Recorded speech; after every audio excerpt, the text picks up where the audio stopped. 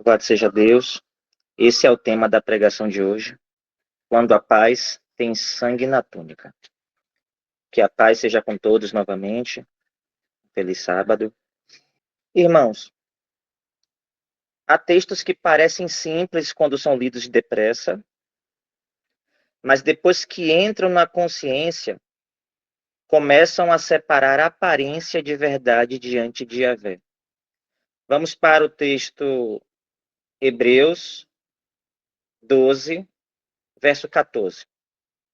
Esforçai-vos para viver em paz com todas as pessoas e em santificação, sem a qual ninguém verá o Senhor. A Escritura coloca no mesmo caminho aquilo que a carne tenta separar: paz com todas as pessoas e santificação diante de Deus. O homem tenta escolher um lado para fugir do outro. Às vezes, quer ambiente calmo, conversa evitada, ferida coberta, sorriso mantido, família funcionando, igreja sem ruído, relação sem confronto e pecado dormindo debaixo do tapete. Chama isso de paz, mas diante de Yahvé é apenas calma contaminada. Também existe quem fale de santificação com dureza carnal. Denuncia tudo e não cura ninguém. Corrige sem mansidão, aponta sem temor, expõe com prazer, usa a verdade como pedra, esmaga o irmão e chama isso de zelo. Pode até ter palavras fortes, mas diante de Yahvé, isso não é santidade. É religião sem misericórdia.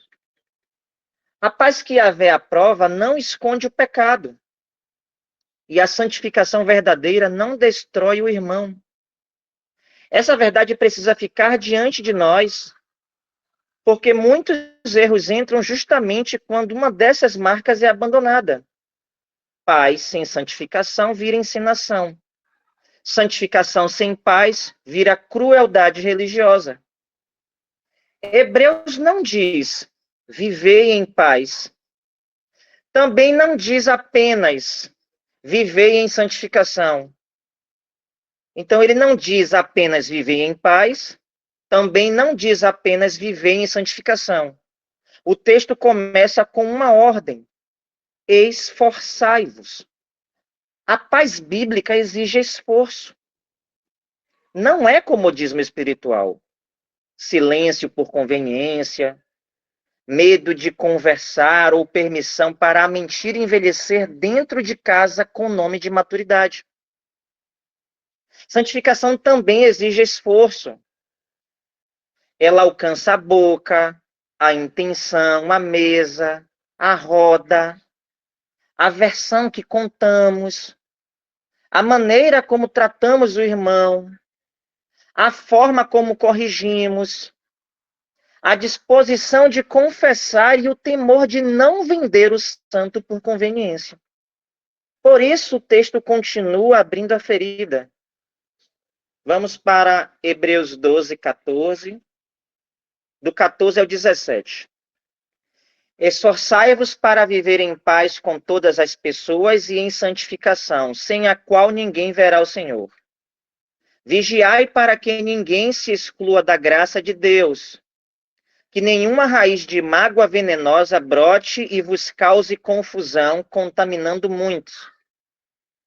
Que não se abrigue entre vós nenhum imoral ou profano, como Esaú, o qual, por uma refeição desejada, vendeu todos os seus direitos de herança como filho mais velho.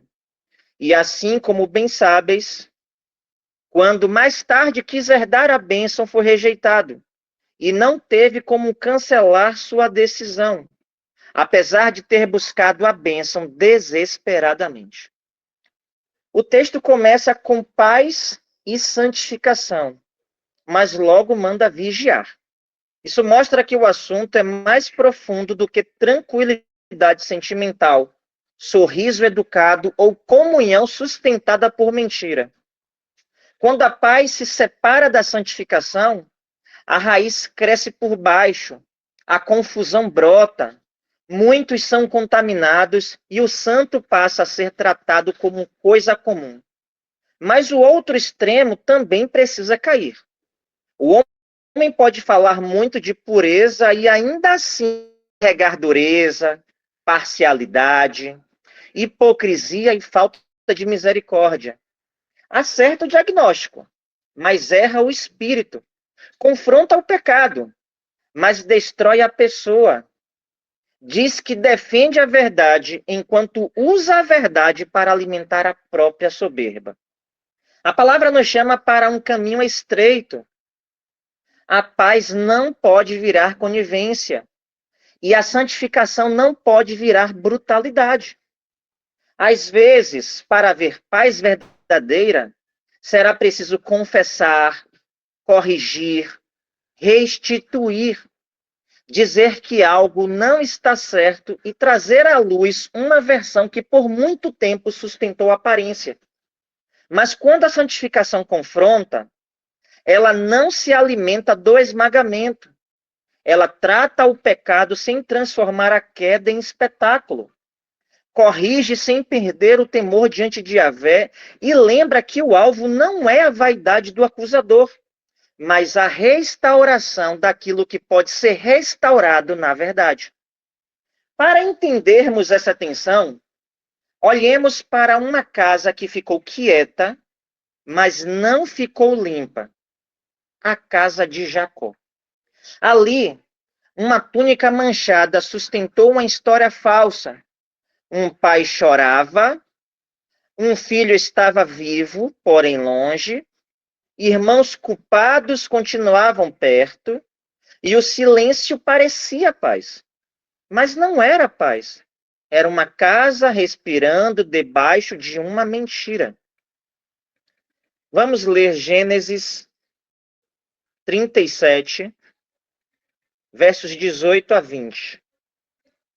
Gênesis 37, 18 a 20. Hoje, José ainda não havia chegado perto, mas o coração dos irmãos já tinha escolhido o caminho da morte.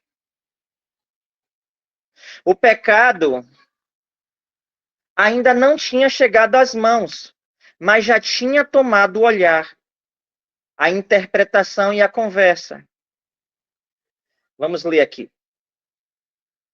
Eles o viram de longe e antes que pudesse chegar mais perto, tramaram sua morte e combinaram entre si. Eis que vem se aproximando aquele sonhador. Vinde, matemo-lo, joguemo-lo numa cisterna qualquer. Diremos que um animal feroz o devorou. Veremos o que acontecerá com os seus sonhos. Aí a gente percebe nesse trecho que José ainda nem havia chegado perto, mas o coração dos irmãos já tinha escolhido o caminho de morte. O pecado ainda não tinha chegado às mãos, mas já tinha tomado o olhar, a interpretação e a conversa. Eles disseram: eis que vem se aproximando aquele sonhador. Eles não disseram: aí vem nosso irmão. Disseram: aquele sonhador. Quando a inveja governa, o irmão deixa de ser visto pelo vínculo e passa a ser visto pela irritação que provoca.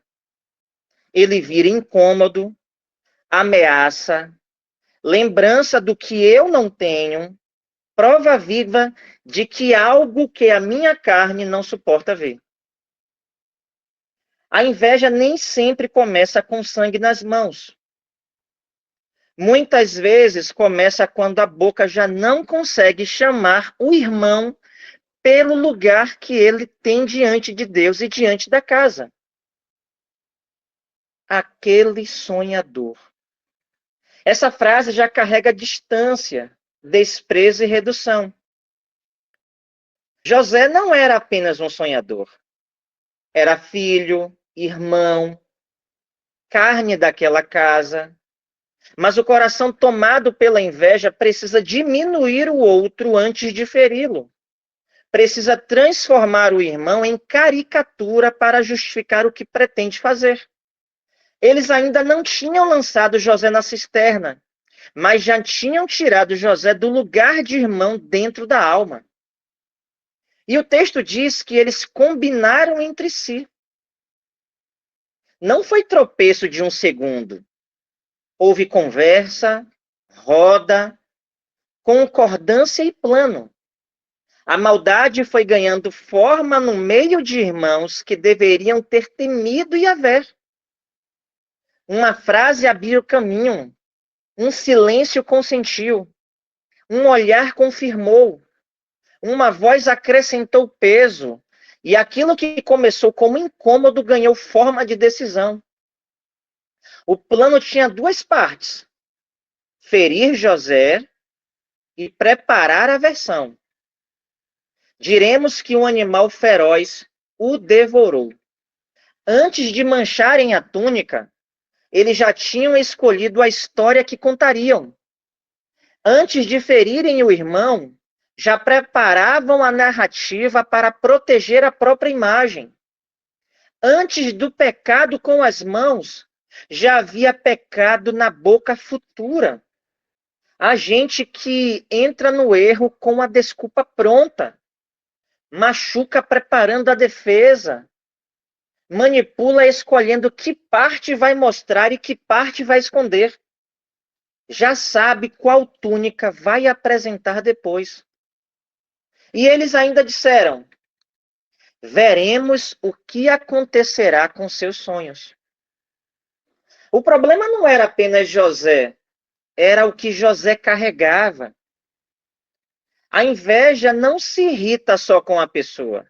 Ela se irrita com o favor, com o sinal, com a possibilidade de Yahvé estar fazendo algo que ela não controla.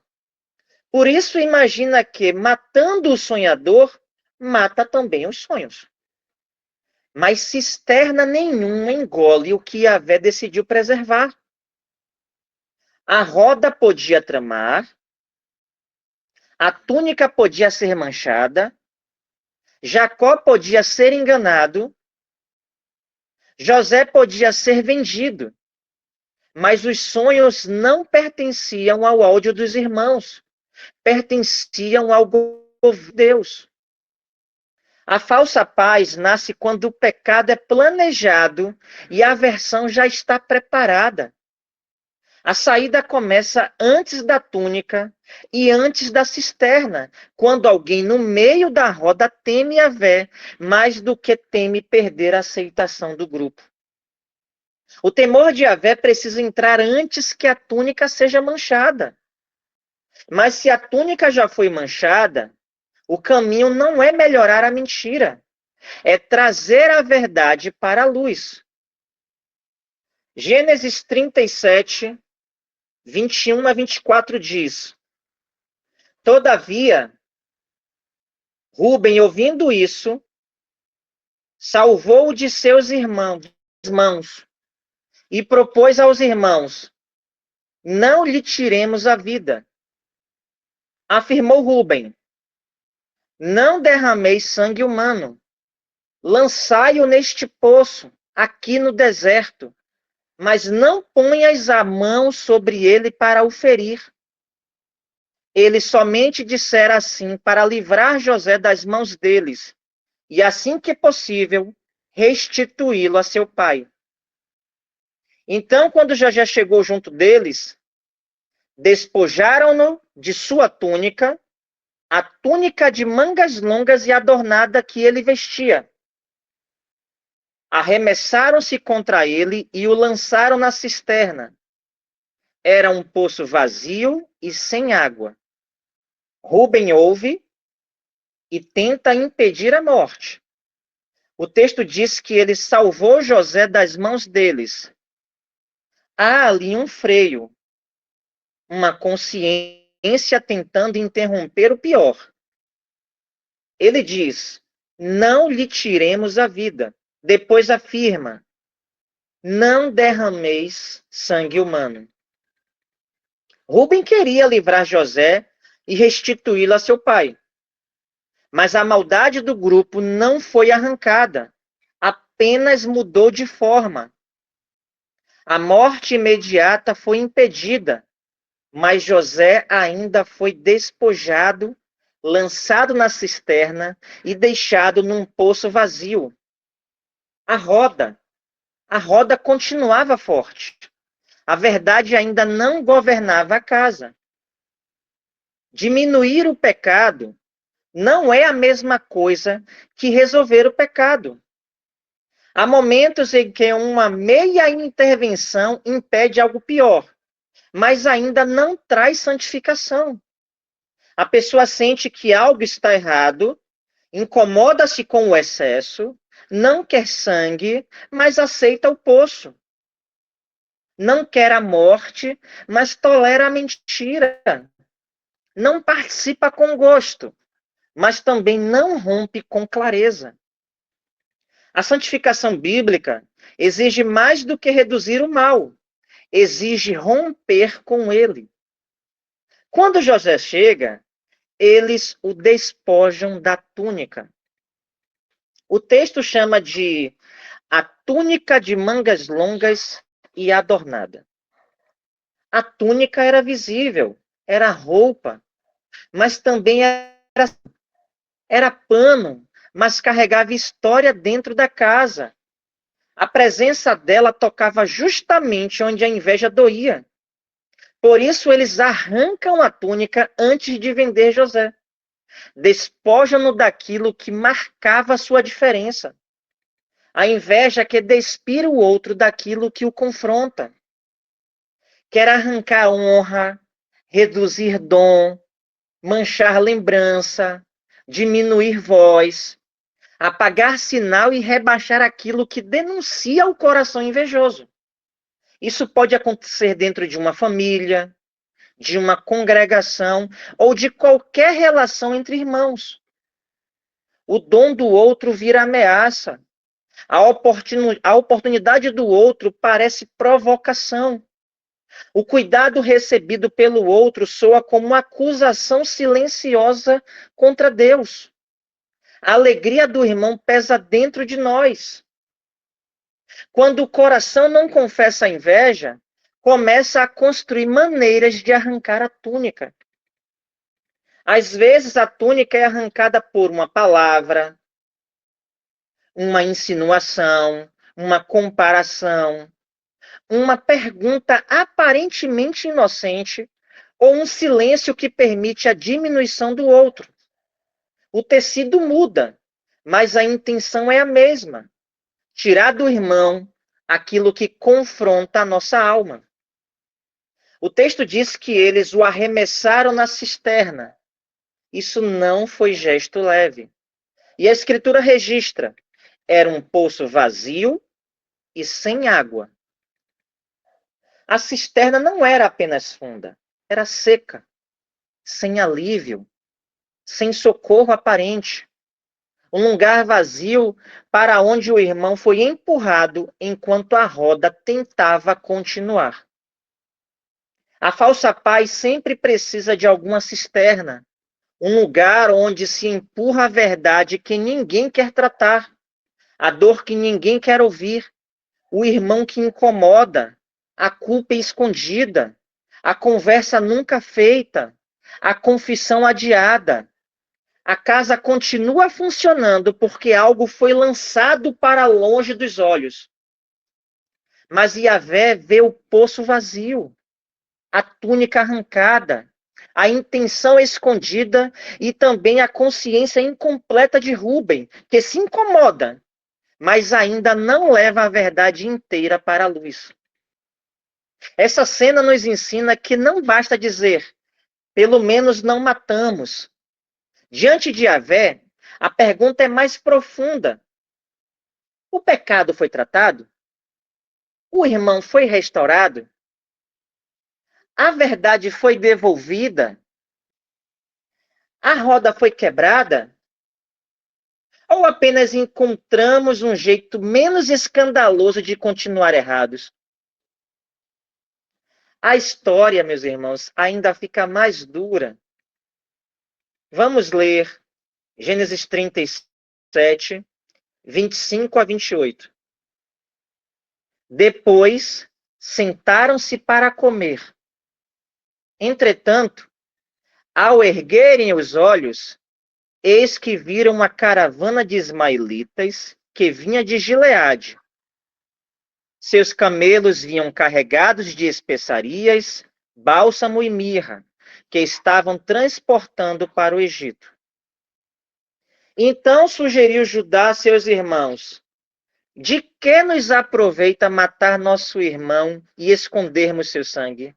Vinde, vendamo-lo aos ismaelitas, mas não ponhamos a mão sobre ele. É nosso irmão, da mesma carne que nós. E seus irmãos o ouviram. Quando passaram os mercadores ismaelitas, eles retiraram José da cisterna, venderam José aos ismaelitas por 20 peças de prata, e estes o levaram para o Egito. Depois, sentaram-se para comer. A cisterna estava ali. José estava ali. A túnica já tinha sido arrancada. A culpa estava viva. E eles comeram. Essa frase abre uma janela para o endurecimento. Um coração sensível perde o descanso depois de ferir. O endurecido aprende a comer ao lado da cisterna que abriu. A mesa continua, a conversa segue, o corpo se alimenta, enquanto a consciência deveria estar gemendo. Quando alguém consegue ferir e comer em paz, algo já adoeceu por dentro. A falsa paz nasce quando a roda se acostuma com a cisterna, quando todos sabem e ninguém trata, quando o pecado está perto e a mesa não é interrompida. Judá então fala: de que nos aproveita matar nosso irmão e escondermos seu sangue? A palavra que ele usa, aproveita, revela o governo do coração. Judá não começa pelo temor, não pergunta que pecado está sendo cometido, não chama Yahvé como testemunha, não manda devolver o irmão. A questão é vantagem. Quando o proveito governa, a consciência já foi rebaixada. O irmão vira cálculo. A justiça fica negociável. A verdade passa a depender do que convém. Judá propõe: vinde, vendamo-lo aos ismaelitas, mas não ponhamos a mão sobre ele, é nosso irmão, da mesma carne que nós. A contradição, meus irmãos, é profunda. Ele chama José de irmão enquanto o vende. Chama de mesma carne enquanto entrega. Preserva uma linguagem de vínculo para aliviar a culpa, mas a decisão é traição. A boca ainda sabe dizer, irmão, o coração já aceitou, vendamo-lo. Isso é atual demais. Há quem mantenha palavras de comunhão enquanto pratica a ruptura. Chama de irmão, mas negocia a honra do irmão. Chama de família, mas empurra para longe. Chama de cuidado, mas protege a própria versão. Chama de paz, mas a paz depende de José continuar na cisterna ou no Egito. Não adianta chamar de irmão aquele que estamos dispostos a vender. Não adianta dizer somos carne, se nossa decisão entrega o outro para longe. Os irmãos ouviram Judá. A roda aceitou. Ninguém se levantou com temor suficiente para quebrar a lógica do proveito.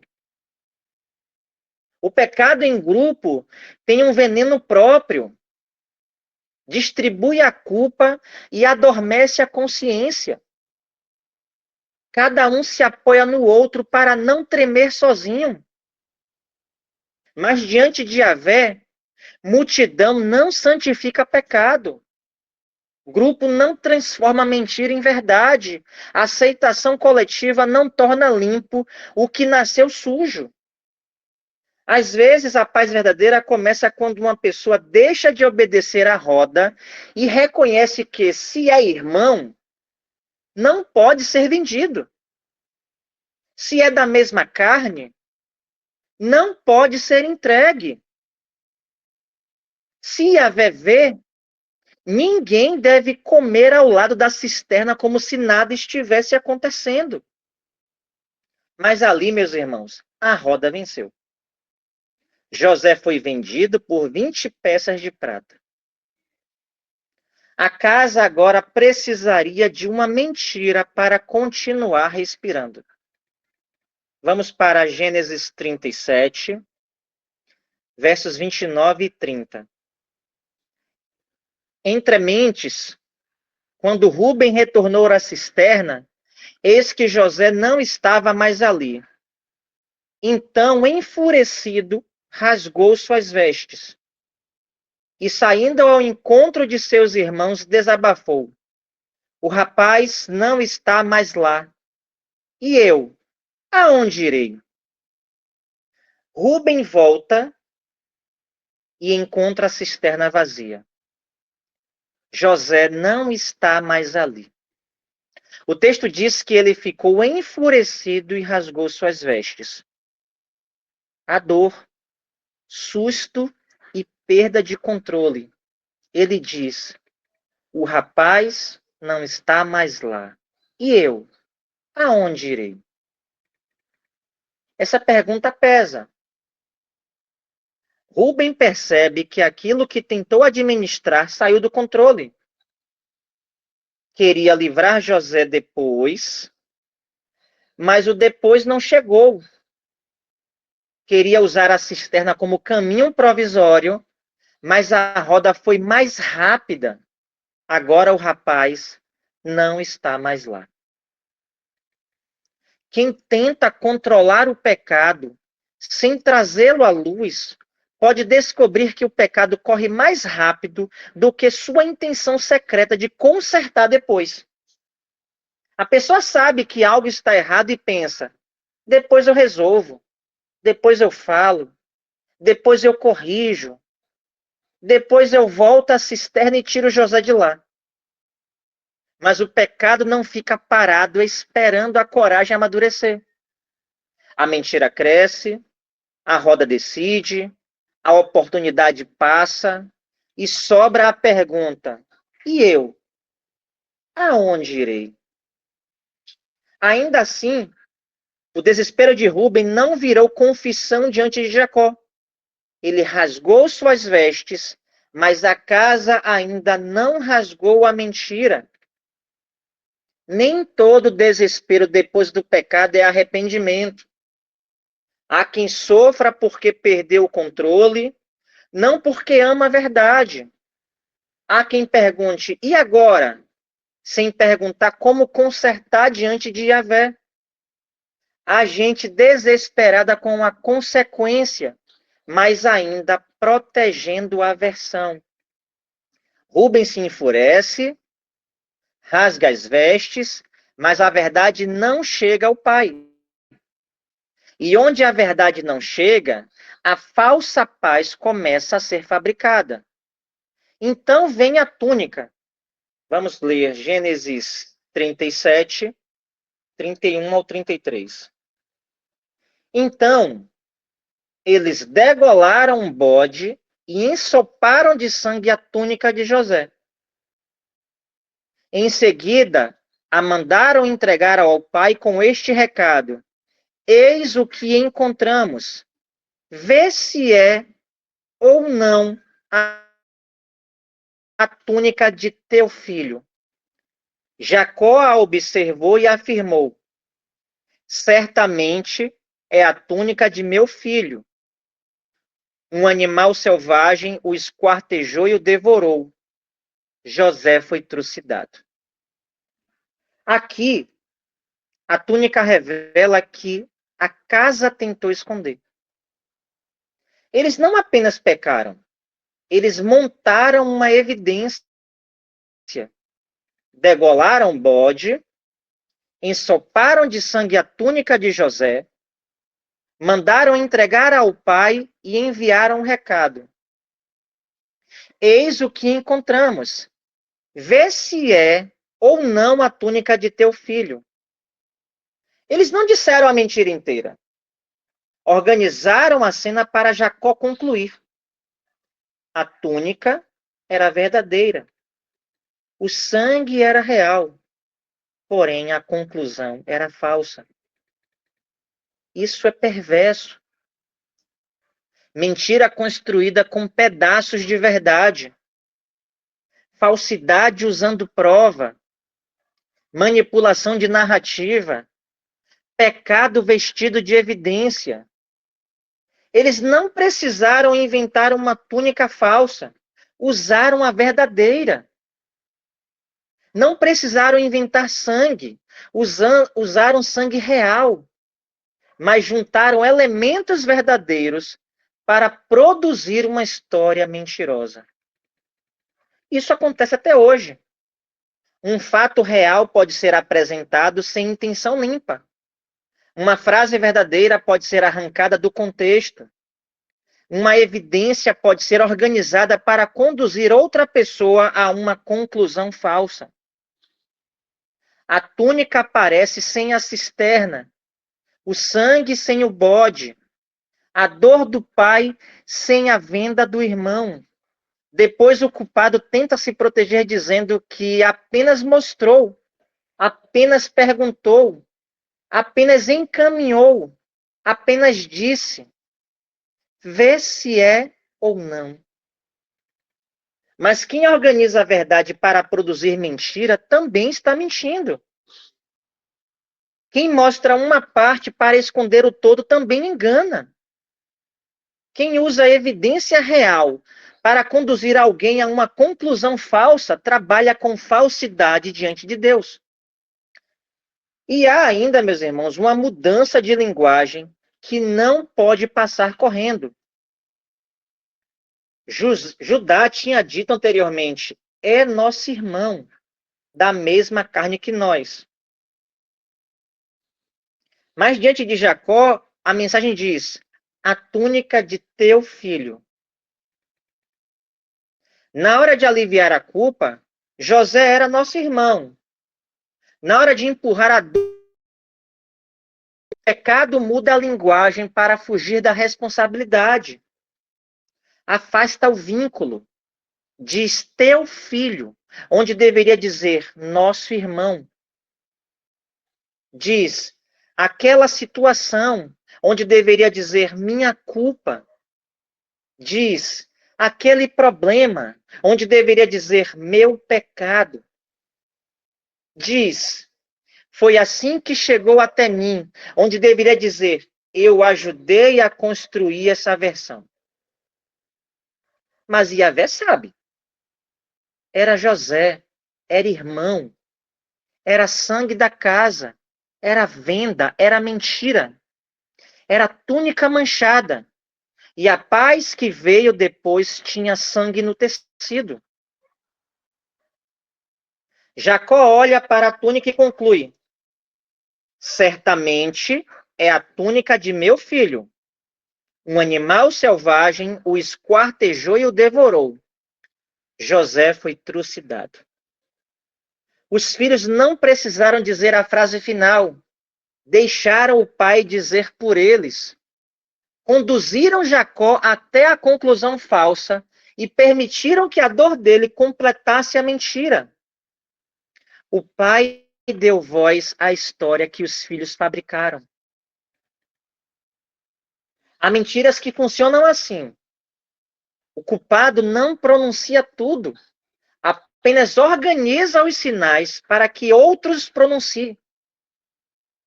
Deixa o outro imaginar. sofrer e concluir em cima de uma cena construída. Depois tenta se esconder atrás da frase: eu não disse isso. Mas diante de Yahvé, manipular a conclusão também pesa. A casa de Jacó recebeu uma túnica verdadeira, com sangue real e uma história falsa. Essa é a paz com sangue na túnica. Uma paz que não trata, não confessa, não restitui e só continua porque alguém aceitou conviver com uma versão fabricada. Mas a cena, meus irmãos, ainda desce mais fundo. Vamos para Gênesis 37, 34 e 35. Indignado, Jacó rasgou suas vestes. Vestiu-se de pano de saco, conforme a tradição, e pranteou durante muitos dias por seu amado filho. Todos os seus filhos e filhas se achegaram para oferecer-lhe consolo. Contudo, ele recusou toda e qualquer consolação e declarou: não, é em luto que descerei ao Sheol para me encontrar com meu filho. E continuou a chorar a perda de seu filho José. Jacó rasga as vestes, veste pano de saco e pranteia muitos dias por seu amado filho. O texto diz que todos os seus filhos e filhas se aproximaram para oferecer consolo. E aqui há uma ironia terrível. Entre esses filhos estavam os culpados. Eles viram José de longe, tramaram contra ele, arrancaram a túnica, lançaram o irmão na cisterna, comeram ao lado do poço, aceitaram a proposta de Judá, venderam José, ensoparam a túnica de sangue e deixaram o pai concluir a mentira. Agora aparecem no ambiente do consolo. Há gente que ajuda a fabricar a dor e depois aparece para consolar. Isso é terrível. A boca que sustentou a mentira pode falar mansamente no consolo. A mão envolvida na encenação pode tocar o ombro do ferido. E a roda que produziu a tragédia ainda tenta administrar a aparência de paz. Mas consolo verdadeiro não protege mentira.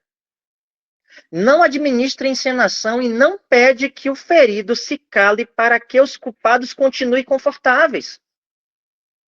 Quando há culpa escondida, o primeiro ato de misericórdia não é manter a aparência, é trazer verdade, arrependimento e restituição para dentro da casa.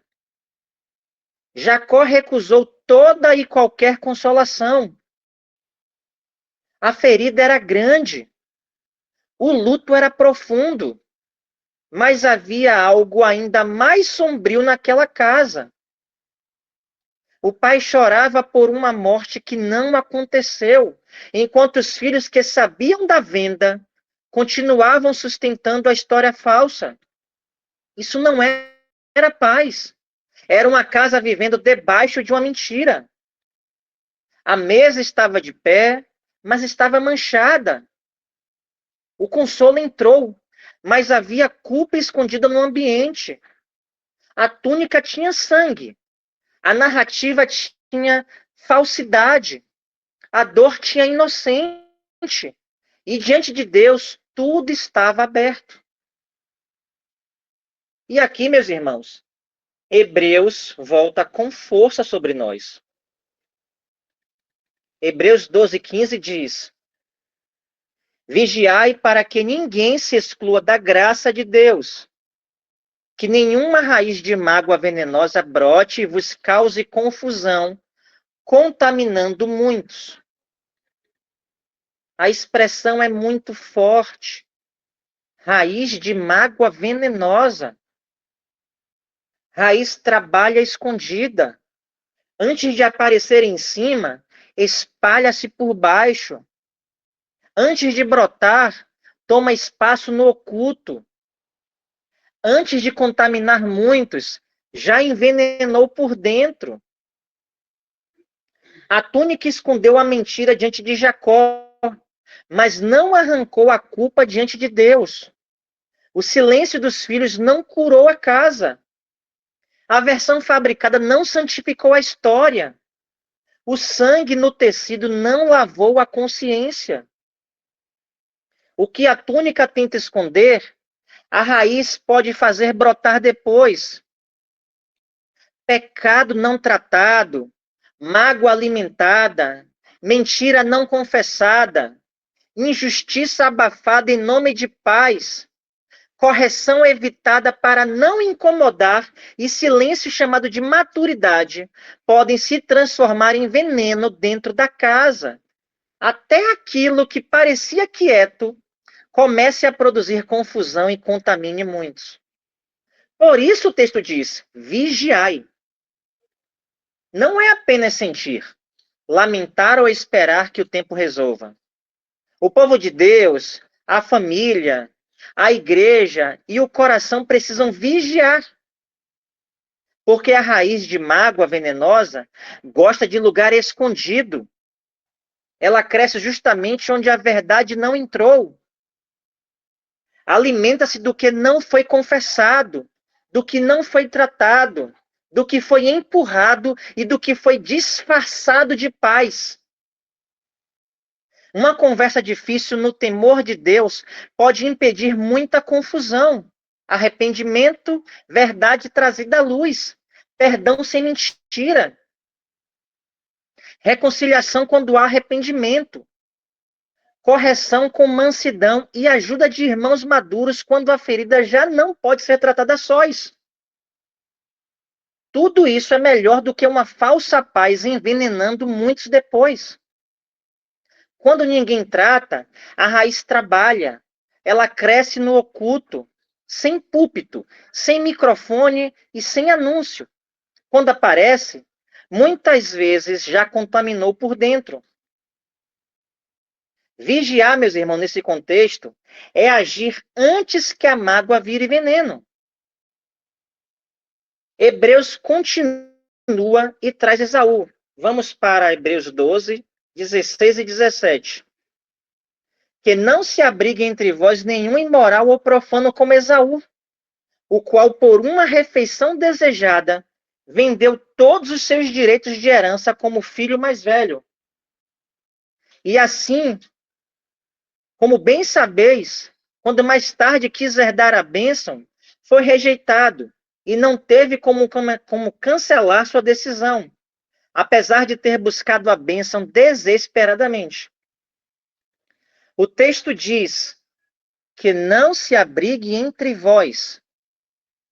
Há coisas que não podem encontrar abrigo tranquilo no meio do povo de Deus. O imoral não pode ser tratado como normal. O profano não pode ser protegido como se fosse apenas temperamento. E o pecado não pode morar no meio da comunhão com o nome trocado.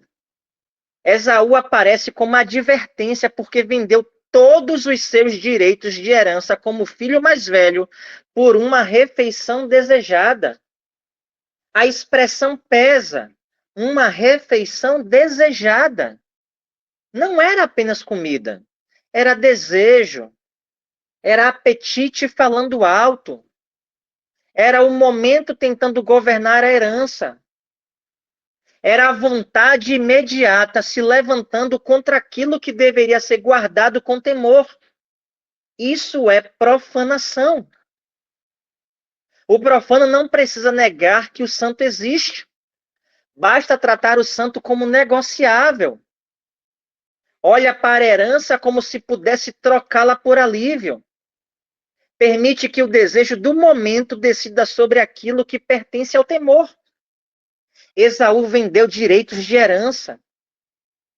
E o mesmo espírito continua aparecendo quando alguém troca a santificação por prazer, consciência por aceitação, verdade por uma paz fabricada, pureza por desejo, comunhão por orgulho, temor por vantagem e obediência por alívio momentâneo.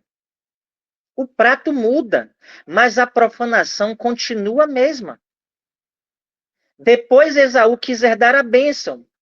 Buscou a bênção desesperadamente. Mas o texto diz: não teve como cancelar sua decisão. Isso pesa, meus irmãos. Não porque Yahvé rejeite arrependimento verdadeiro, mas porque existe lágrima que chora a perda sem odiar o pecado. Existe desespero que quer recuperar a bênção, mas não quer ser governado por Deus. Existe sofrimento que lamenta a consequência, mas ainda ama o caminho que produziu a perda. Esaú nos adverte: não brinque com o santo. Não espere perder para tremer. Não espere a consequência para descobrir o peso da decisão. Não trate santificação como algo que pode ser vendido hoje e recuperado amanhã sem quebrantamento verdadeiro. A túnica mostra uma paz falsa sustentada por uma mentira. Esaú mostra uma santificação vendida por apetite. Uma cena tem sangue no tecido, a outra tem desejo no prato. Em ambas, algo santo foi desprezado. Na casa de Jacó, o vínculo entre irmãos foi traído e escondido. Em Esaú, a herança foi tratada como coisa comum. Hebreus coloca tudo diante da igreja para dizer: paz e santificação não são enfeites, são caminho diante de Deus. Mas alguém pode ouvir tudo isso e pensar que a paz não importa. Importa. A Escritura manda viver em paz. E Abrão nos mostra um caminho limpo. Vamos para Gênesis 13, versos 8 a 12. Então Abrão propõe a Ló que não haja discórdia entre mim e ti, nem desavenças entre meus pastores e os teus pastores. Afinal, somos irmãos. Vê, toda a terra não está diante de ti? Peço-te, portanto, que te apartes de mim. Se tomares a esquerda, irei para a direita. Se tomares a direita, irei para a esquerda. Então Ló ergueu os olhos e observou toda a planície do Jordão, que era toda irrigada até Zoar. Era como o jardim do Senhor, como as terras férteis do Egito. Isso aconteceu antes de o Senhor destruir Sodoma e Gomorra. Ló escolheu para si todo o vale do Jordão e partiu rumo a leste. Assim, os dois se separaram. Abrão ficou na terra de Canaã, porém Ló mudou seu acampamento e todos os seus bens para um lugar próximo a Sodoma, entre as cidades do vale. Abrão diz: que não haja discórdia entre mim e ti, nem desavenças entre meus pastores e os teus pastores. Afinal, somos irmãos. E isso é busca de paz. Ele não alimenta contenda, não transforma a disputa dos pastores em guerra familiar e não permite que a relação vire palco de orgulho. Reconhece o vínculo, afinal somos irmãos. Abrão não escolhe guerra, mas também não escolhe cumplicidade. Ao propor uma separação limpa, mostra que há distâncias que não nascem de ódio, soberba ou dureza, mas da necessidade de impedir que a proximidade vire confusão constante. Peço-te, portanto, que apartes de mim. Abrão dá espaço. Ló ergue os olhos. O texto mostra o perigo daquele olhar. Planície irrigada, fértil, parecida com jardim, agradável aos olhos. Ló escolheu para si todo o vale do Jordão, mas a Escritura acrescenta a sombra. Isso aconteceu antes de o Senhor destruir Sodoma e Gomorra. A campina era bonita, mas o caminho tinha perigo. O vale parecia vantagem, mas levava para perto de Sodoma. Ló mudou seu acampamento para um lugar próximo a Sodoma, enquanto Abrão ficou na terra de Canaã. Às vezes, para não haver discórdia, é preciso haver separação limpa, sem ódio, sem escândalo e sem guerra carnal, mas também sem seguir o outro para perto de Sodoma. Abrão buscou paz sem vender separação. Sua mansidão não virou cumplicidade. A disposição de evitar contenda não o levou a abandonar o caminho, nem a chamar risco de direção. Ele não precisou acompanhar Ló para provar que era pacífico. Há pessoas que querem uma paz doente. Dizem, se você quer paz comigo, caminhe comigo até onde eu quero ir. Não fale de perigo, não toque em santificação, não mencione Sodoma. Chame minha escolha de bênção para preservar nossa proximidade. Mas a paz bíblica não exige cumplicidade. Não obriga o servo de Yahvé a chamar risco de direção. Não trata Sodoma como detalhe e não pede que a consciência seja vendida para manter uma relação sem conflito.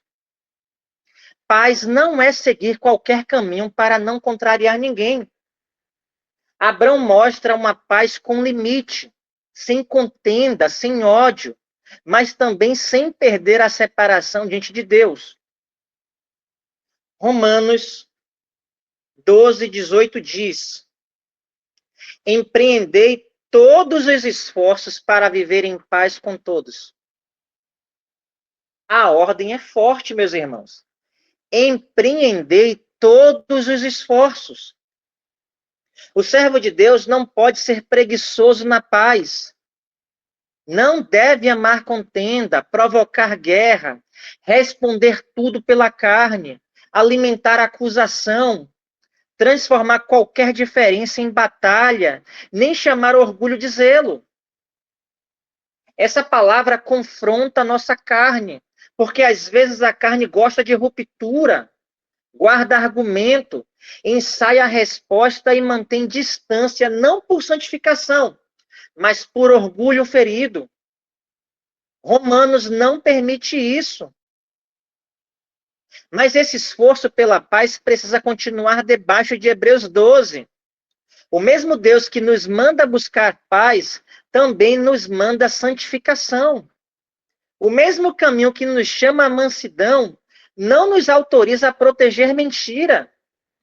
O texto que combate a contenda não transforma o pecado em amigo. Há paz que depende de nós. E ela exige humildade, conversa, perdão e renúncia do orgulho. Mas existem situações em que o outro só aceita a paz se a verdade for enterrada.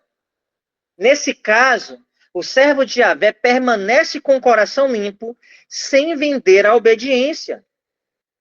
A paz deve ser buscada com todos os esforços, mas não comprada com mentira. Deve nascer da humildade, não da túnica manchada. Deve reduzir contenda, não sacrificar santificação.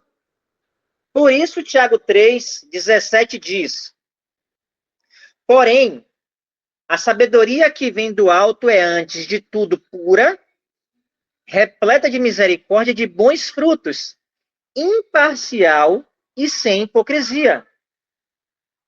Percebam, a sabedoria que vem do alto é, antes de tudo, pura. Ela não começa negociando com a sujeira.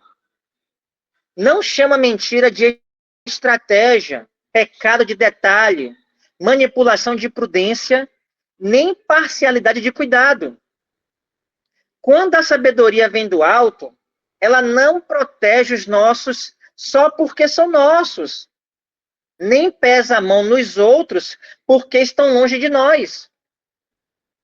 Mas essa pureza não aparece seca. O mesmo texto diz que ela é repleta de misericórdia e de bons frutos. Aqui caem dois extremos. A falsa paz quer misericórdia sem pureza. Abraça tudo, trata nada, protege o erro e chama a omissão de amor. A falsa santificação quer pureza sem misericórdia. Sabe apontar pecado, mas não produz bons frutos. Fala de verdade, mas age com parcialidade. Fala de santidade, mas veste hipocrisia. A sabedoria do alto não é assim. Ela é pura o bastante para não encobrir a túnica manchada. Misericordiosa o bastante para buscar restauração quando há arrependimento. Frutífera o bastante para que a verdade apareça na vida. Imparcial o bastante para tratar o pecado mesmo quando ele está perto de nós. E limpa o bastante para não usar santidade como máscara. Isso precisa governar a casa, a igreja, a correção, a reconciliação, o trato com quem caiu e o trato com quem feriu. Pureza sem misericórdia vira acusação seca. Misericórdia sem pureza vira conivência. Mas a sabedoria que vem do alto não entrega uma coisa para preservar a outra. Conduz o povo de Yahvé por um caminho limpo, sem mentira, sem brutalidade, sem parcialidade e sem hipocrisia. Agora, meus irmãos, olhemos para outra cena. Os irmãos de José usaram sangue para sustentar a mentira. Pilatos usou água para tentar escapar de culpa. Uns mancharam a túnica, o outro lavou as mãos, mas nem sangue no tecido, nem água das mãos limparam a consciência diante de Yahvé. Mateus 27, versos 22 a 26 diz: Pilatos ainda questionou-lhes: se é assim, que farei de Jesus, que é chamado de Messias? Brandaram todos: crucifica-o. Outra vez, insta Pilatos: por quê? Que crime cometeu este homem? Apesar de tudo, a multidão esbravejava ainda mais furiosa: crucifica-o. Percebendo Pilatos que não conseguia demover o povo, mas ao contrário, um princípio de tumulto já era visível, ordenou que lhe trouxessem água, lavou as mãos diante da multidão e exclamou: estou inocente do sangue deste homem justo. Esta é uma questão vossa. E todo o povo respondeu: caia sobre nossas cabeças o seu sangue e sobre nossos filhos. Diante disso, Pilatos soltou-lhe Barrabás, mandou que Jesus fosse flagelado e o entregou para ser crucificado. Pilatos sabia que havia injustiça. Ele perguntou: que crime cometeu este homem? A multidão gritava: crucifica-o. O tumulto crescia. Pilatos percebia que não conseguia demover o povo. Então pediu água, lavou as mãos diante da multidão e disse: estou inocente do sangue deste homem justo. Esta é uma questão vossa. Depois soltou Barrabás, mandou que Jesus fosse flagelado e o entregou para ser crucificado. A cena revela uma paz de aparência. A multidão acalmada por fora, o justo entregue por dentro, mãos lavadas diante dos homens, mas consciência suja diante de Deus. Pilatos quis parecer inocente enquanto praticava injustiça. Tentou preservar a posição, reduzir tumulto e dizer que não tinha culpa. Mas a água nas mãos não desfaz aquilo que sua decisão sujou. A cena nos leva de volta a Judá. Judá perguntou: De que nos aproveita matar nosso irmão e escondermos seu sangue? Pilatos viu que não conseguia demover o povo e que o tumulto crescia. O proveito vem de irmão, a multidão entrega o justo, a aparência tenta levar a consciência com gestos que não chegam diante de Yahvé. Pilatos não é apenas um homem distante na história. Ele retrata todo o coração que sabe o que é justo, mas prefere não contrariar a multidão. Sabe que há inocente sendo ferido, mas escolhe preservar a própria posição. Sabe que a verdade está diante dele, mas procura um gesto simbólico para não obedecer ao peso real da justiça. Lavar as mãos enquanto a decisão fortalece a injustiça não limpa ninguém. Dizer isso é com vocês apenas muda a forma de participar e entregar o justo para acalmar a multidão, pode até reduzir o tumulto por fora. Por dentro revela covardia, medo e rendição. Diante de Pilatos, a palavra nos chama a assumir responsabilidade diante de Deus. É parar de lavar as mãos enquanto a verdade exige posição. É não sacrificar o justo para acalmar a multidão. É escolher consciência limpa diante de Deus, mesmo que a multidão continue gritando.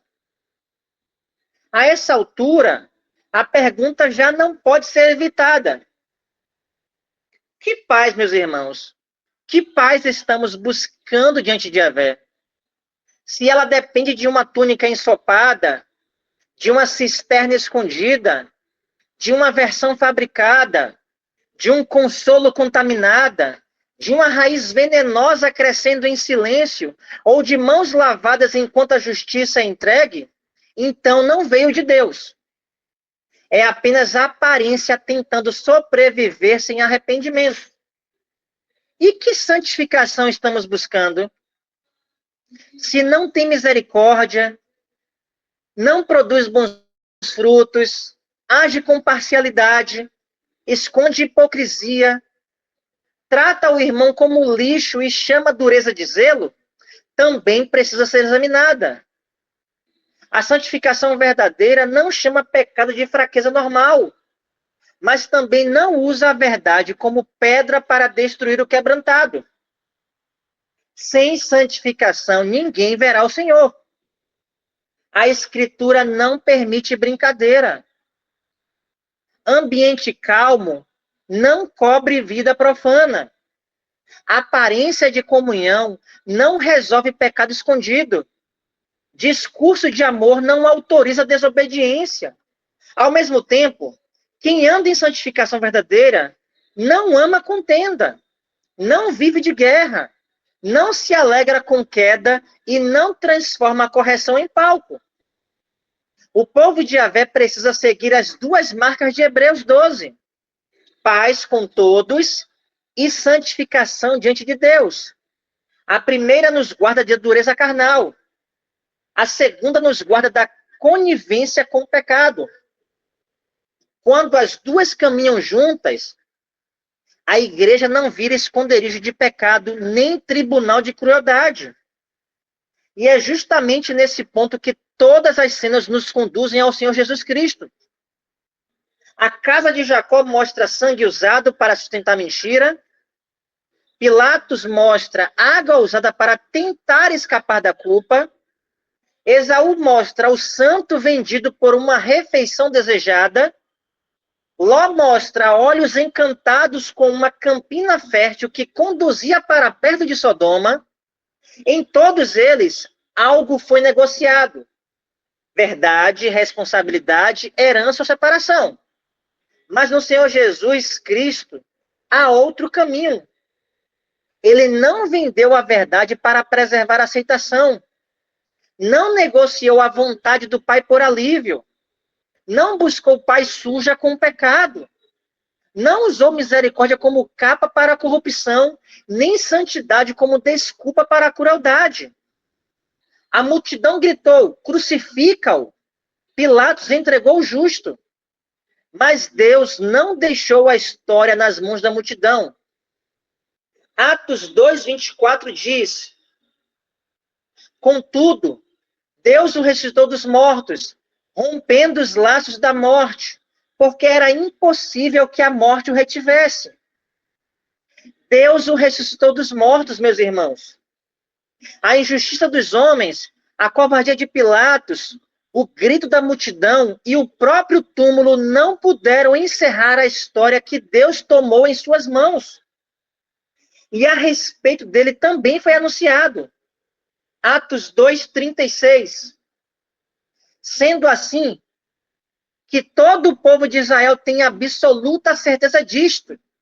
Este Jesus, a quem vós crucificastes, Deus o fez Senhor e Messias. Deus fez Senhor e Messias aquele Jesus que os homens crucificaram. O justo entregue foi exaltado por Yahvé. Aquele que não lavou as mãos diante da vontade do Pai, mas entregou a própria vida em obediência, foi levantado por Deus.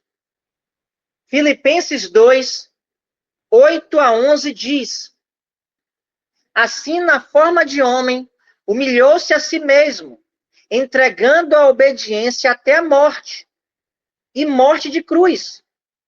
Por isso, Deus também o exaltou sobremaneira, a mais elevada posição, e lhe deu o nome que está acima de qualquer outro nome, para que ao nome de Jesus se dobre todo o joelho, dos que estão nos céus, na terra e debaixo da terra, e toda língua confesse que Jesus Cristo é o Senhor, para a glória de Deus Pai. O Senhor Jesus Cristo humilhou-se a si mesmo, entregando-se à obediência até a morte, morte de cruz. No Senhor Jesus Cristo, a verdade não precisou de falsidade. A misericórdia não serviu de capa para a sujeira. A pureza não vestiu hipocrisia. E a obediência ao Pai não foi governada por cálculo carnal. Ele chamou pecadores ao arrependimento, confrontou hipocrisia, purificou o templo, recebeu pecadores arrependidos, curou enfermos, ensinou o caminho de Deus e obedeceu ao Pai até o fim. Deus o ressuscitou, exaltou sobremaneira e o fez Senhor e Messias. Por isso, a fé no Senhor Jesus Cristo não nos chama para preservar a aparência, mas para uma vida tratada diante de Yahvé. Quando a verdade entra numa casa sustentada por mentira, ela pode abalar a aparência, mas começa a curar o que o silêncio estava apodrecendo. Quando a ferida escondida é lavada diante de Deus, a raiz perde abrigo antes de brotar em confusão e contaminar muitos. Quando há culpa, a confissão precisa vencer a versão fabricada. E a restituição precisa alcançar onde a mentira feriu.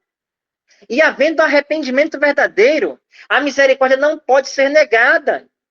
Porque a santificação que vem de Deus não esconde pecado, mas também não tem prazer em esmagar o quebrantado. Assim, Hebreus 12 deixa de ser apenas um mandamento lido e se torna caminho dentro de nós. A paz que vem de Deus não compra silêncio. E a santificação que ele opera não perde misericórdia.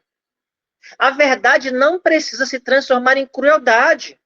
Nem a misericórdia pode virar esconderijo para a corrupção. É isso que vemos no Senhor Jesus Cristo. Nele não vemos túnica usada para sustentar mentira. Água nas mãos para fugir da responsabilidade. Herança vendida por desejo ou caminho escolhido apenas porque parecia fértil aos olhos. Vemos verdade sem manipulação, misericórdia limpa, santificação sem brutalidade e paz sem falsidade. Por isso não podemos chamar mentira de paz, covardia de prudência, conivência de misericórdia, dureza de santificação, nem crueldade de zelo.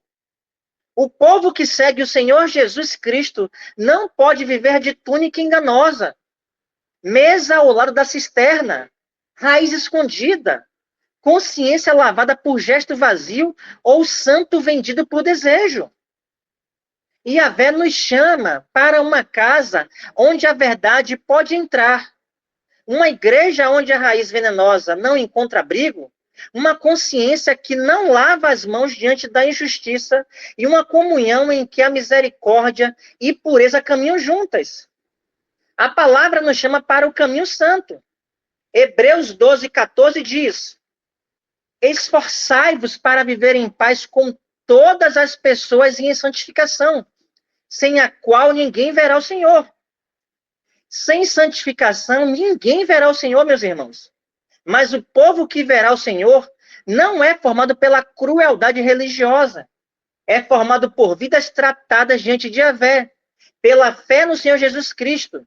Então, meus irmãos, que Yahvé forme em nós esse caminho, sem silêncio comprado, vendida, sem pecado escondido e sem esmagar o quebrantado.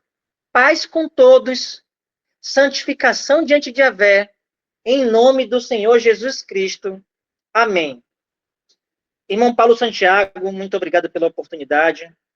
Peço aos irmãos desculpa, o texto foi muito grande hoje, mas foi para a glória de Deus e do Senhor Jesus Cristo.